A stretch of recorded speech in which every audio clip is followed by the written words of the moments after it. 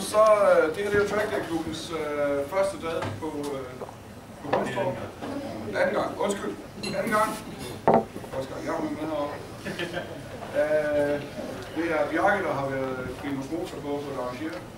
Det er vi rigtig glade for. Jeg ved ikke, om jeg har bemærket, men der er ret mange tomme stole heroppe. Det er faktisk temmelig meget noget lort, og det kan sandsynligvis nok sikkert betyde, at klubben, både Trackday-udvalget under Motorsport Sønderjylland og Motorsport Sønderjylland, kommer til at tabe rigtig, rigtig mange penge på det her. Der er to vinkler på det. Den gode vinkel, den er, at vi laver en lille smule om på grupperne, så de alle sammen får meget ekstra køretid. I stedet for 3 gange 20 minutter på en time, så kører man 2 gange 30 minutter på en time. Så vidt jeg lige kan regne ud, så er det cirka 50% ekstra køretid. Så står der over ved Lars en kirkefødsel. Hvis der var nogen af deltagerne, der kunne have lyst til at være økonomisk taknemmelige for noget ekstra køretid, så vil vi med meget stor kyshånd tage imod. For som sagt, så giver det her også et ordentligt gok i nøden. Og jeg kender resten af bestyrelsen i Motorsport Sønderjylland nok til, at Lars og jeg får spanking på næste bestyrelsesmøde.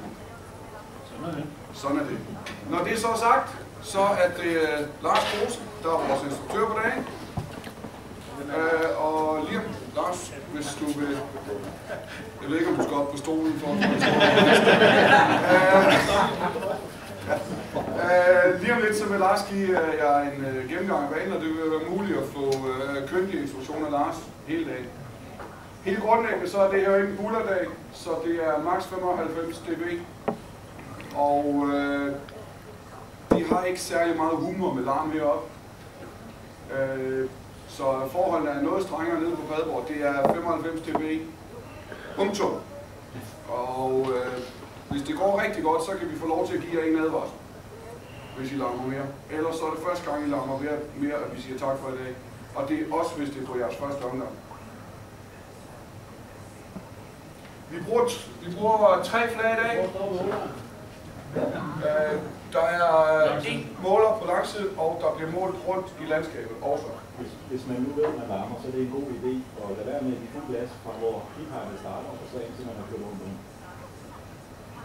Det er trods alt heller ikke på langsiden, det er sjovest. Skulle jeg mene. Vi bruger 3 flag i dag. Vi bruger det terne, når jeg har stillet og slut.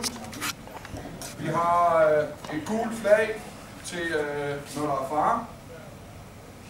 Og et rødt flag, som betyder sæt hastigheden ned og køre ud. Det røde flag bliver brugt i 2 situationer. 1. Hvis der er en, der har kørt af banen og sidder fast, så vi skal hjælpe ham med at komme af. 2. Hvis I har lavet noget, I ikke må. Hvis I ligger og kører for tæt, eller ligger og overhaler i svingen, eller så videre.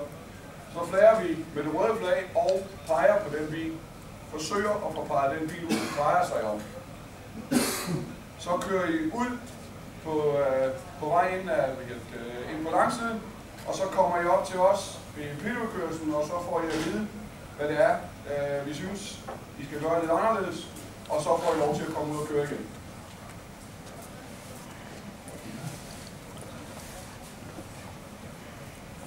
Forbikørsler. Det hedder jo ikke overhalinger, når vi holder køreteknisk. Det foregår her på langsiden.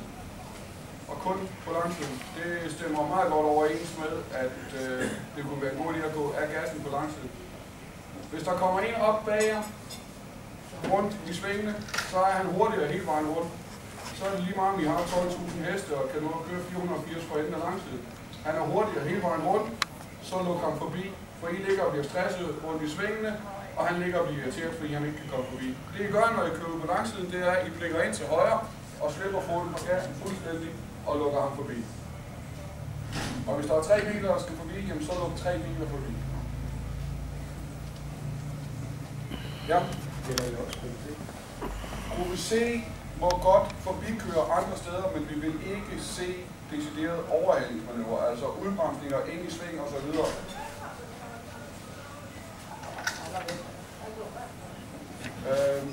Kør forsigtigt. Vi skal næsten alle sammen, eller ja, halvdelen af os, køre i vores biler hjemme herfra.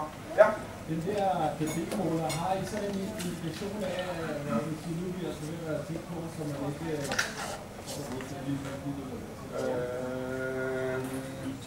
alle biler med standardudstødning og larmer ikke mere end de må. Okay. Nej, det er der sige for ham, 2,0.